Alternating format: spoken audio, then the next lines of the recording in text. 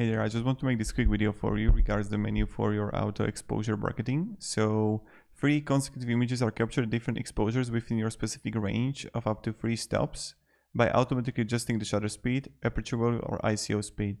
So here, when you're going to be in settings, you're going to find the second row. It's going to be the expo count, AAB, and you can set the range here.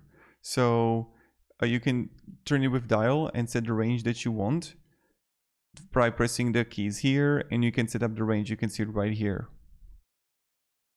And when you close the menu, the AB range will be displayed on the screen. And there you're gonna find like standard exposure, decrease exposure, increase exposure.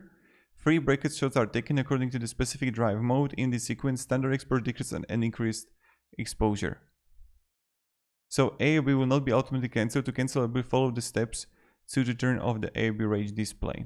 So this is something that you can do, right? So I just want to make this like quick video for you on about the exposures based on what I found. So I hope it wasn't that useless. So have a great day and goodbye.